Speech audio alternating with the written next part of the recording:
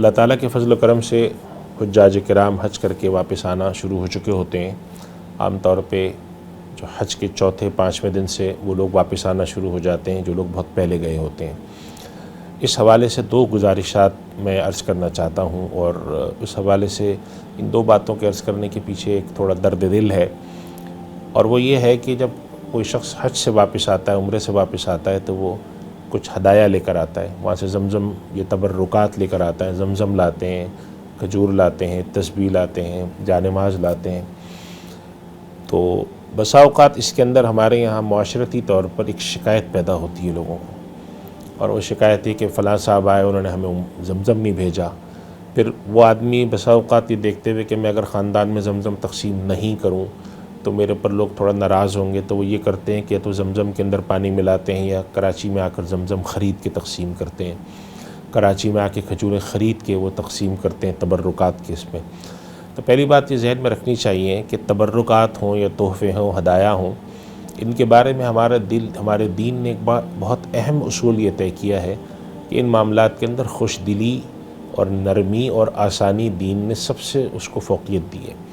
اگر کوئی کام سہولت سے ہو جاتا ہے، آسانی سے ہو جاتا ہے، تو اس کو کر لینا چاہیے، نہیں ہوتا تو اس کے اوپر اپنے دل میں کدورت پیدا کرنا، رنجش پیدا کرنا، ناراضگی پیدا کرنا ٹھیک نہیں ہے۔ آپ اس سے اندازہ لگائیں کہ اللہ کے نبی صلی اللہ علیہ وسلم ایک صحابی کے گھر گئے اور ان کے دروازے پہ دستک دی اور کہا السلام علیکم۔ وہ صحابی اندر تھے، انہوں نے کوئی جواب نہیں دیا، وہ چاہتے تھے کہ اللہ کے نبی ہم پر کئی مرتبہ سلامتی بھیجیں۔ آپ صلی اللہ علیہ وسلم نے دوبارہ کہا السلام علیکم۔ پھر آپ صلی اللہ علیہ وسلم نے تیسری مرتبہ کہا السلام علیکم۔ جب ان صحابی نے جواب نہیں دیا تو آپ واپس تشریف لے گئے۔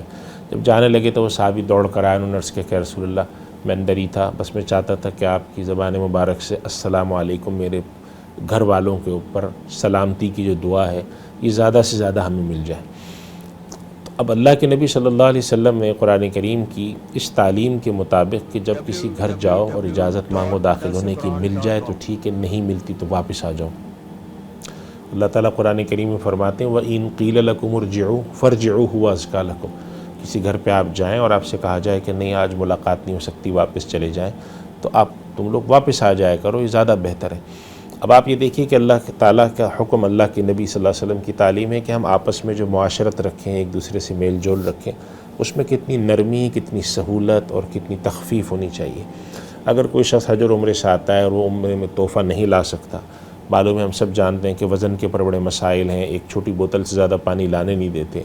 اگر کوئی شخص نہیں لا سکتا ہے تو اس کی وجہ سے دل میں ناراضگیاں، کدورتیں، رنجشیں اور ایک دوسرے سے کے خلاف باتیں کرنے کی قطعاً ضرورت نہیں ہے۔ یہ بہت زیادہ نامناسب بات ہے۔ رشتے ناطے اس پر خراب ہوتے ہیں کہ فلاں کو تحفہ دیا، فلاں کو نہیں دیا۔ دل اس کے حوالے سے کشادہ رکھنا چاہیے، اور اس چھوٹی چھوٹی باتوں کے پر ناراضگی پیدا کرنا یہ ہمارے دین کی تعلیم کے خلاف ہے۔ دوسری بات ہے کہ جب لوگ حج سے آتے ہیں تو بسا اوقات لوگ ان کی دعوت کرتے ہیں یا ان سے توقع رکھتے ہیں کہ وہ ہم سب کو بلائیں اور حج کی خوشی میں ایک دعوت کریں۔ ان باتوں کے بارے میں بھی یاد رکھیں کہ ہماری دین میں اس طرح کی کوئی تعلیم نہیں ہے کہ جو حج سے آئے وہ دوسروں کو تحفے دے یا دوسروں کو دعوتیں کھلائے یا لوگ اس کو دعوتیں کھلائیں۔ یہ سب آپس کی خوشی کی چیزیں ہیں۔ علماء نے لکھا ہے کہ ان میں کوئی ممانعت نہیں ہے۔